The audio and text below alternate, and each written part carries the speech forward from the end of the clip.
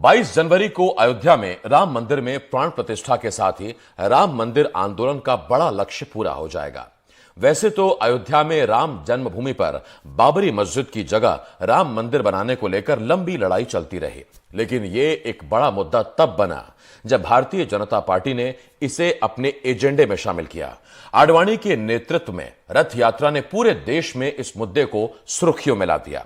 हालांकि बाद में गठबंधन राजनीति के चलते पार्टी ने इससे किनारा भी किया, लेकिन अब ऐन लोकसभा चुनाव से पहले हो रहे इस कार्यक्रम ने बीजेपी को एक बार फिर इस मुद्दे का राजनीतिक लाभ लेने की स्थिति में लाकर खड़ा कर दिया है।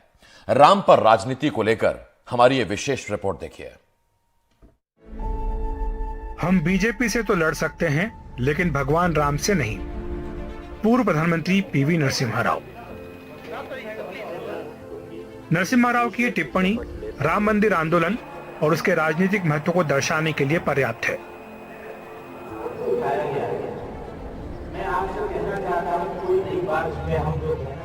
ऐसा क्या हुआ कि बीजेपी ने राम मंदिर का मुद्दा अपने एजेंडे में शामिल कर लिया? मन को प्रेरणा मिलती रही, नई नई जानकारी मिलती रही। बीजेपी जो 1984 में बीजेपी को 2 सीट आई थी और उसके बाद के दशक में राजीव गांधी का वो शासनकाल आया, जिसमें राजीव गांधी ने शाहबानो का केस आया था, आपको याद होगा, जिसमें कि उन्होंने सुप्रीम कोर्ट के फैसले को पलट दिया था। जब हिंदू कम्युनिटी नाराज हुई है मुस्लिम अपीसमेंट के कारण, तो उन्होंने हिंदू कम्युनिटी को अपीज करने के लिए ताले खुलवाए और वो शिलान्यास हुआ। हालांकि कोर्ट की प्रक्रिया उसमें इन्वॉल्व थी, लेकिन राजीव गांधी ने वो इनिशिएटिव लिया। उस समय तक वीएचपी अयोध्या का मुद्दा उठाती रही थी, लेकिन लगा बीजेपी को कि ये मुद्दा उनको उठाना चाहिए, क्योंकि राजीव गांधी जिस तरह की राजनीति कर रहे हैं तो उनके लिए जरूरी था। 1989 में पालमपुर अधिवेशन में बीजेपी ने अयोध्या का मुद्दा जोर से उठाया।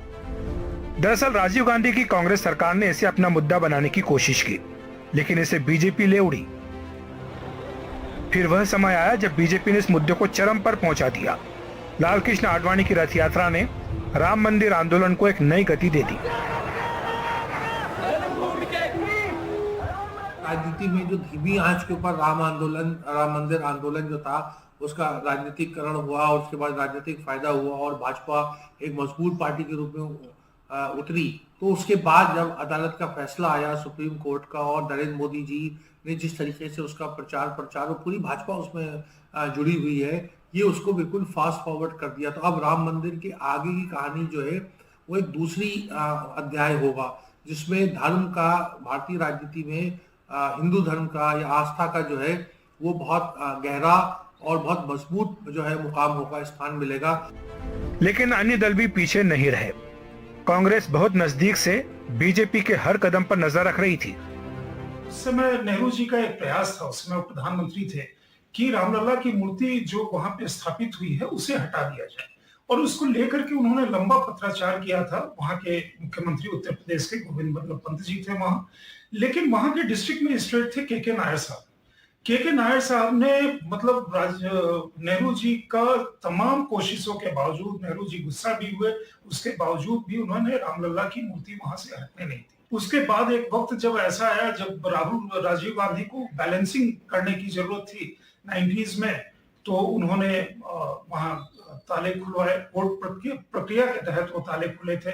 1989 में जब राजीव गांधी ने अपनी लोकसभा का चुनाव शुरू किया, तो उन्होंने सरयू नदी के किनारे जो था अयोध्या से शुरू करा और उन्होंने कहा था कि हम राम राज्य स्थापित करेंगे, लेकिन वो मामला इतना कारगर नहीं हुआ। दरअसल एक बड़ा फर्क कांग्रेस और भाजपा में है कि अगर 100 भाजपा के समर्थक हों और 100 कांग्रेस के समर्थक हों, तो भाजपा के समर्थक 100 में से 100 जो थे वो राम मंदिर के पक्षधर थे।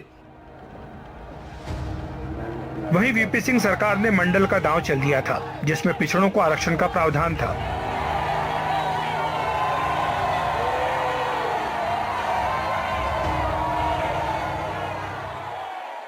6 दिसंबर 1992 के बाद जब 1993 में चुनाव हुए तो बीजेपी इसलिए हारी उत्तर प्रदेश में, क्योंकि तब तक राम मंदिर का मुद्दा बड़ा मुद्दा तो बन चुका था, लेकिन वो उस तरह से आम आदमी को नीचे तक प्रभावित नहीं कर पाया था।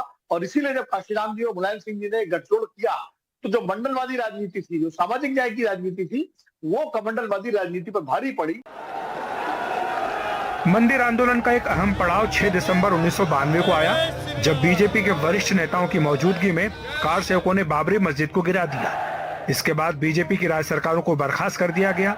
महत्वपूर्ण बात यह कि बीजेपी को जनता से कोई सहानुभूति नहीं मिली और वो 4 राज्यों में विधानसभा चुनाव हार गई।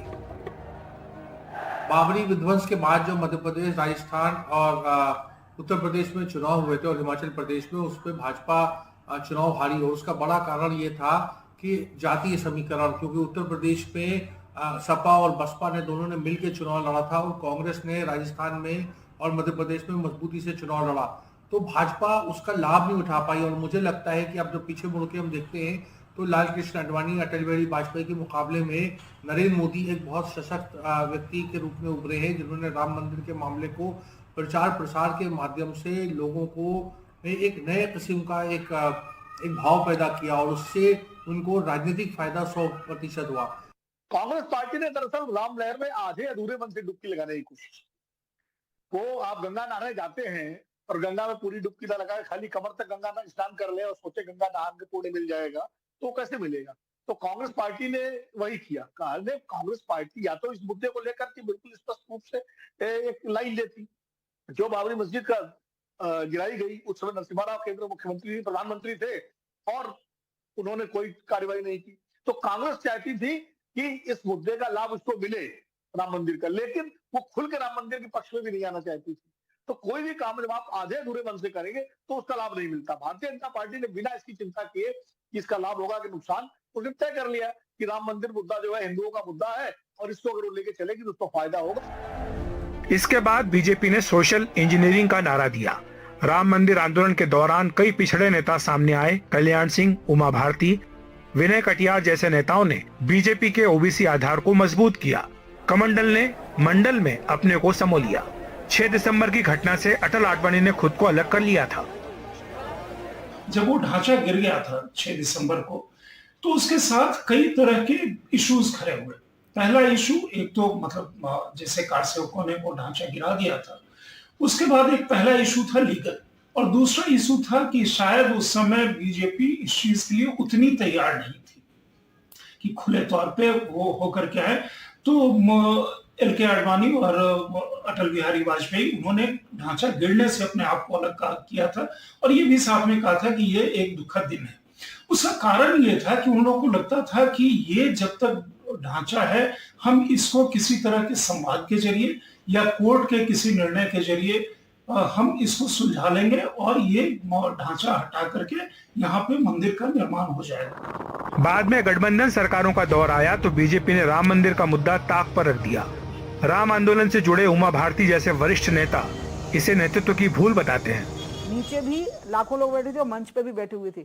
इसी प्रकार से जो दूसरी चीज मैंने देखी, जिसकी अनदेखी ही 6 दिसंबर का कारण बनी है, वो है कि जब ढांचा गिर गया और अम्मा जी बोली, राजमाता सिंधिया जी, मुझे कि हमको ले चलो जरा रामलला को दर्शन कराने, तो मैंने उनको वहाँ उससे मंच से मतलब छत से नीचे उतारा और उनको मैं हाथ पकड़ के ले गई जहाँ ढांचा गिर चुका था।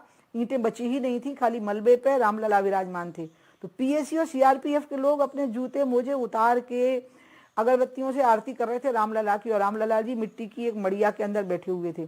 तब मुझे लगा, देखो इस भावना की अनदेखी, सीआरपीएफ और पीएसी हम पे गोली चलाने के लिए भेजी गई थी और वो वहां मत्था टेक रहे हैं रामलला को, उनकी आरती उतार रहे हैं। इसी भावना की अनदेखी के कारण ढांचा इस तरह से गिरा है। नहीं तो हो सकता है आपस का सुलह होता और शांति और सम्मान के साथ वो ढांचा गिरता। लेकिन नई बीजेपी में राम मंदिर आंदोलन को लेकर पछतावे का कोई भाव नहीं है, बल्कि अब डंके की चोट पर कहा जा रहा है कि मोदी के आने के बाद राम मंदिर बनने का रास्ता प्रशस्त हुआ। जब भाजपा को नरेंद्र मोदी के रूप में एक व्यक्ति मिला जिसने जो संकोच था, जो एक धर्मनिरपेक्षता को लेकर के जो उसके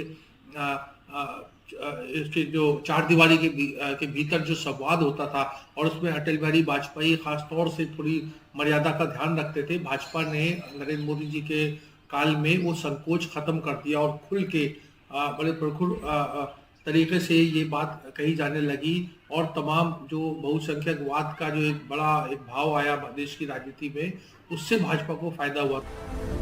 पर बड़ा सवाल यह है कि 22 जनवरी के बाद राम मंदिर आंदोलन का कौन सा अध्याय शुरू होगा। जिस तरह से बीजेपी ने लोकसभा चुनाव से ठीक पहले देश भर में इसे लेकर माहौल गरमाया है, उसके बाद क्या होगा?